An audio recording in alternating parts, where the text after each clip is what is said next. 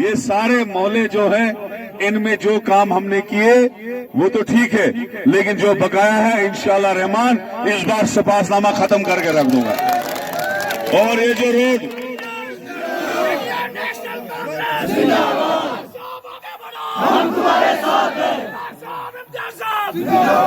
और ये रोड जो मेरे भाई ने बनाया शुरू किया है ऊपर से, इंशाल्लाह और रहमान उसको यहां लाएंगे, इस रोड के साथ मिलाएंगे और पूरी आबादी उसके साथ मिला के चलेंगे।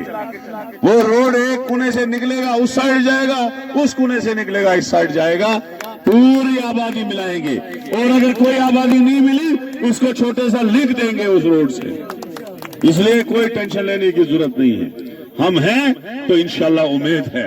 और बानहाल और गूल वालों को वकार रसूल के ऊपर उम्मीद रखनी चाहिए, क्योंकि किंग ऑफ डेवलपमेंट ने यहाँ काम किए और हम आगे भी काम करेंगे। मैं उन नेशनल कॉन्फ्रेंस के खड़पंचों को बोलना चाहता हूँ, दिखाओ अगर मैंने काम किए हैं तुम भी अपने काम दिखाओ।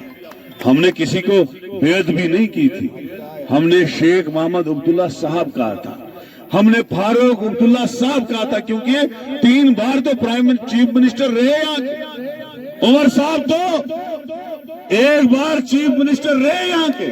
और आपको एक बात कहना चाहता हूँ, याद है हायर सेकेंडरी में उमर अब्दुल्ला साहब आए थे, याद है?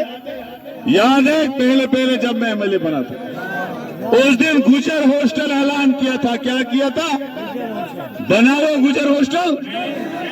वो पीएचई डिवीजन ऐलान किया था, बनाओ पीएचई डिवीजन।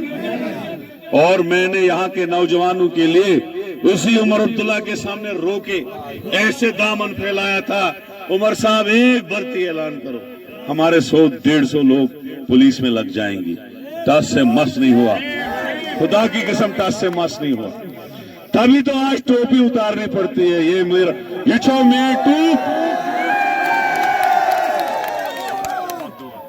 ये बानहाल बदुआ, क्योंकि इन्होंने बानहाल में हमेशा सीट ली, हमेशा ये लोग 50 साल चीफ मिनिस्टर रहे, लेकिन धोखे के बगैर कुछ नहीं दिया बानहाल को। और आज बोलते हैं लाल झंडा, लाल झंडा।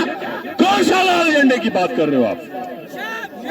आज टोपी उतारने की जरूरत पड़ती है उनको, क्यों? क्योंकि उन्होंने काम ही नहीं किए।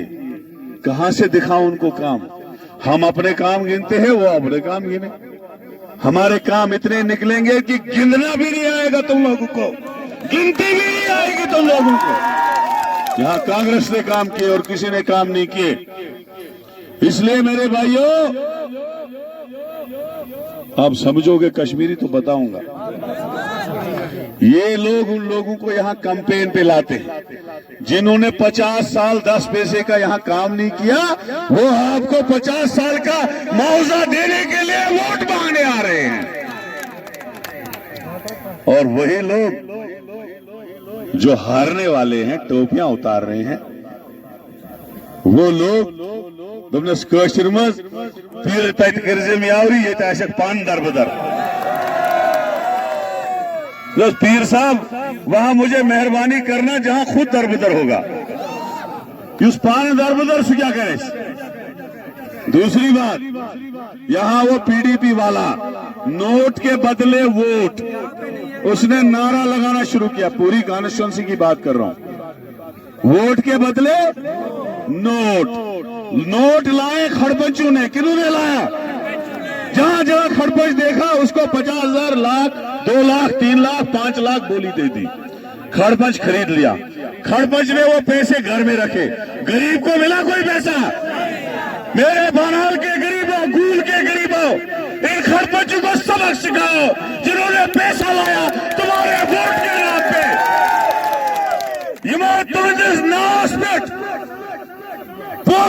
गरीब लोगों में गरीबों, उनको सबक सिखाओ ताकि उन पे कोई आइंदा कोई एतबार न करे, क्योंकि वो हमारी नस्लों को बेचना चाहते हैं, हमारे गरीबों को बेचना चाहते हैं, हमको बर्बाद करना चाहते हैं वोट के बदले नोट लेके।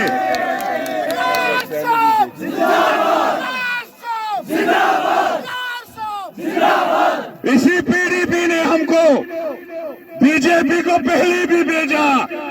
आज बर्बादी देख रहे हो।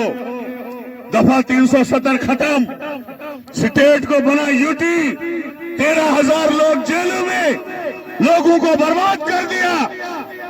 आज नेरन आज दी वोट पीडीपी, क्या पीडीपी को वोट जचेंगे इस बार? बोलो, कोई दे सकता है? कोई जमीन वाला आदमी दे सकता है? जिन्होंने इतना जलीलो खार हम लोगों को किया, उनको वोट जचेगा? इस सबल झंडे को, जो ये कलम दवात वाला झंडा है, इसको रोकना चाहे, इसको कोई वोट नहीं मिलना चाहे। बानाल और गूल कॉन्स्टिट्यूंसी में जमीन को जगा दो अपने। इसलिए मेरे भाइयों, उस वक्त बोलती थी कि वहां टॉफी मिलती थी, कैंप में दूध मिलता था, और आज भी ये लोग एजेंसियों के साथ मिले हुए लोग हैं। इन्होंने जितना कश्मीरियों को बर्बाद करना था, दोनों पार्टियों ने किया।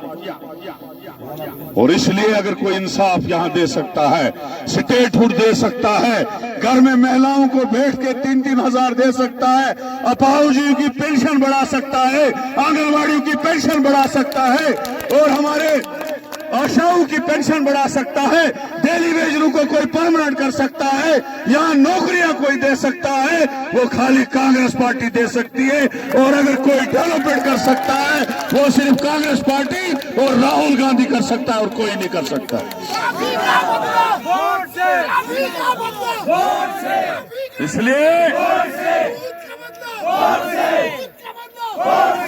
इसलिए आज यहाँ पे बड़ी महफिल में वादा करके जा रहा हूँ, वकार रसूल इस बार जाके जहां गुजर बरादरी बोलेगी, वहां पे मैं गुजर हॉस्टल बना के आपको दूंगा। क्या बोलोगे? और गुजरों के लिए हमारी जान हाजिर।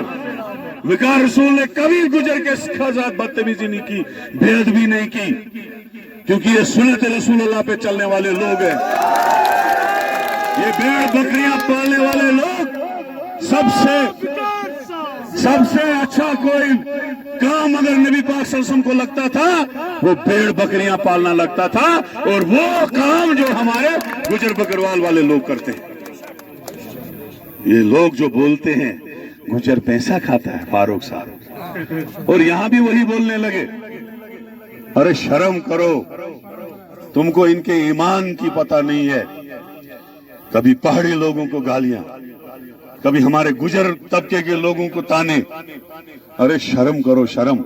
तुम तो अपने आप को बड़े तमीजदार बोलते थे, तुम तो कहते थे हम बड़े तमीजदार हैं, तुम्हारी खसलतें बाहर निकली।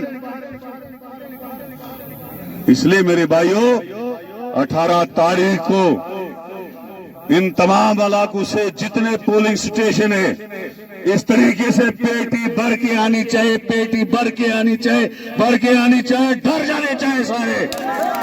ये क्या है? ये कांग्रेस का तूफान है जो इन सबको बहा ले जाएगी। इन्हीं अल्फाज से मेरी इजाजत लेता हूं। 18 को पूरे इस हाथ के बटन पे मोहर दबा देना और कांग्रेस को पूरी ताकत से जिताना। शुक्रिया। खुदा हाफिज़। अस्सलाम वालेकुम।